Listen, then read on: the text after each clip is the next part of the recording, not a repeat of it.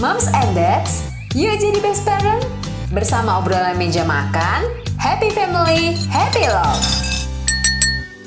Hai Moms dan Dads, kembali lagi di tips dan trik mengenai dunia parenting dan rumah tangga yang dilansir dari 3 artikel terbaik Nakita.id minggu ini bersama aku Ana. 3 topik yang akan dibahas di episode ini adalah penyebab dan tanda-tanda kehamilan kosong yang bisa terjadi saat hamil, gejala DBD pada bayi dan pemberian obat bayi yang cocok, dan cara mengatasi rambut rontok pada anak kurus kurang gizi. Tapi sebelumnya, Moms dan Dads jangan lupa ya untuk follow dan beri rating terbaiknya untuk podcast obrolan meja makan di Spotify, dan jangan lupa nyalakan notifikasinya supaya Moms dan Dads bisa terinfo setiap ada episode terbaru yang tayang setiap Senin dan Kamis.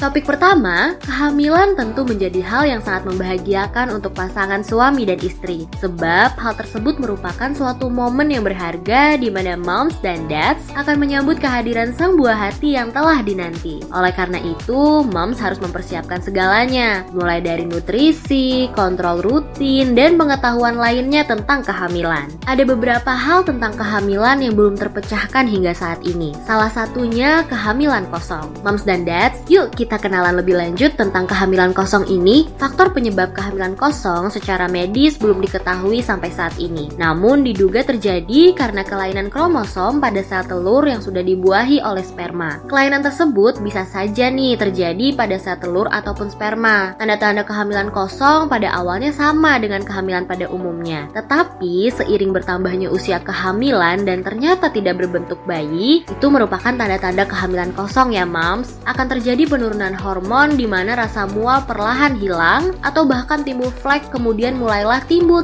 gejala awal keguguran spontan. Jika kehamilan sudah sampai di minggu ke-8 dan tidak terlihat gambaran bayi dalam kandungan, maka bisa didiagnosis sebagai kehamilan kosong.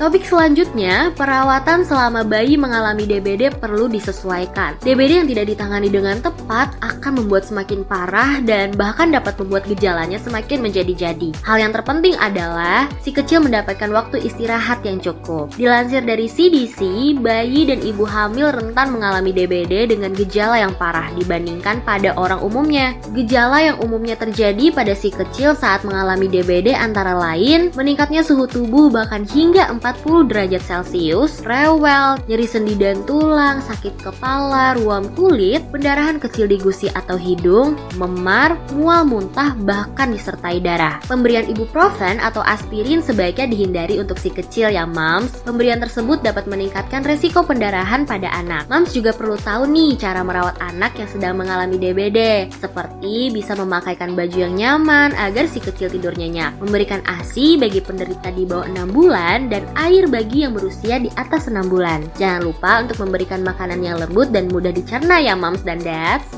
Dan yang terakhir, idealnya berat badan si kecil harus terus mengalami kenaikan sesuai dengan usianya. Jika anak kurus, maka bisa jadi pertanda bahwa pertumbuhannya tidak optimal. Moms harus melakukan evaluasi untuk mencari tahu apa sih ini penyebabnya. Kalau dari nutrisinya, maka moms perlu segera memperbaiki hal itu ya. Tetapi jika dari faktor genetik, hal tersebut sulit untuk diperbaiki. Namun yang terpenting adalah moms tetap harus memberikan asupan nutrisi yang terbaik jika si kecil kurus disebabkan oleh faktor genetik. Jika si kecil kurang gizi, dapat dilihat dari rambutnya moms. Biasanya rambut mudah sekali patah atau rontok. Jika hal tersebut dibiarkan, si kecil akan mengalami kebotakan. Oleh karena itu, moms dapat mengatasi rambut rontok pada anak kurus dengan mengoleskan minyak kelapa ke rambut si kecil sebelum atau sesudah keramas, mengoleskan gel lidah buaya 2 kali seminggu, dan oleskan jus seledri dan teh hijau secara merata hingga meresap ke akar rambut,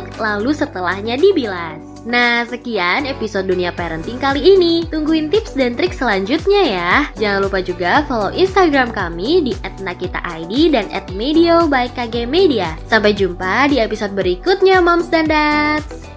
Thank you for listening, Moms and Dad. See you on the next episode. Happy family, happy love.